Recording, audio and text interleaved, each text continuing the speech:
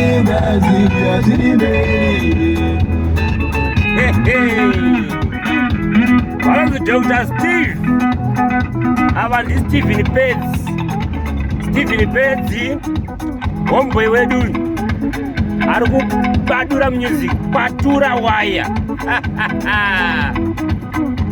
Tichienda zviri pamushando apa graft. Tichirova mwana wekumusha. Ngadi wakanzwa waya dzonzora akabata waya mukomana. Wakamudzidza ari munyowa ari muindustry. Ungati agara arimo. Vakabudirawo vakadarikawo neku vakatembezana vakadarikawo neku vakatembezana vakadarikawo neku enofumanika vakatembezana vakadarikawo neku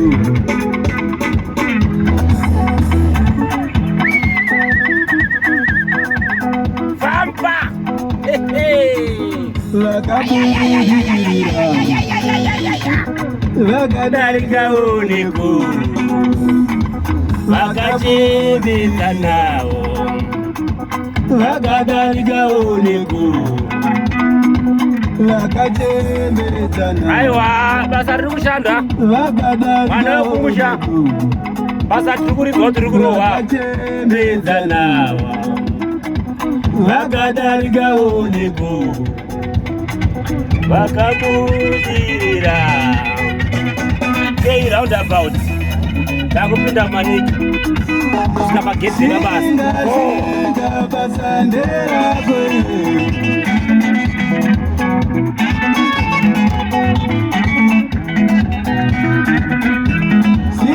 singa basa nderakoyo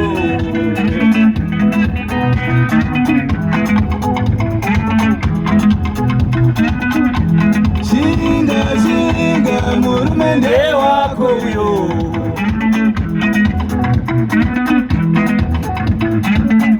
Upside.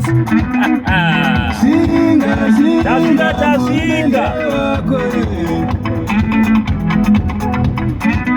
Tichifamba na Stephen Peds, Dr. Steve. Kusika tashinga babasi. Shinga mukadzi. Abantu mukuzoya vanhu vaswera apo. Nasi pane mushumo.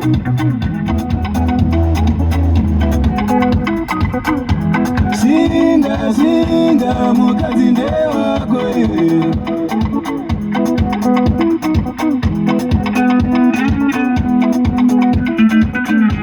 Shinga ziuya zviri mberi iwe. Parking yese yakazara.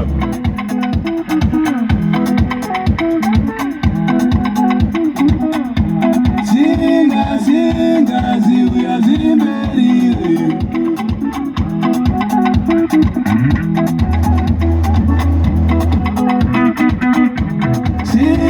Shinga mariri mberi iwe. Aiwa, zvakanaka muvaridzo rakanaka timu rangu. Muteerere Dr. Steve. Mwana wekumusha arikubata waya zvinotambisa kudai. Good day. Bye bye.